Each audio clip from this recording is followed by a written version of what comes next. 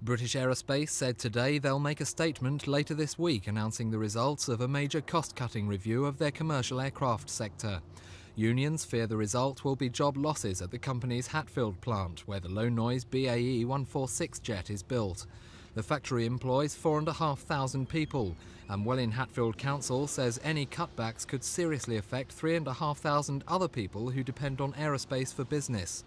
The company is already shedding 2,000 jobs at Kingston and 300 at Stevenage.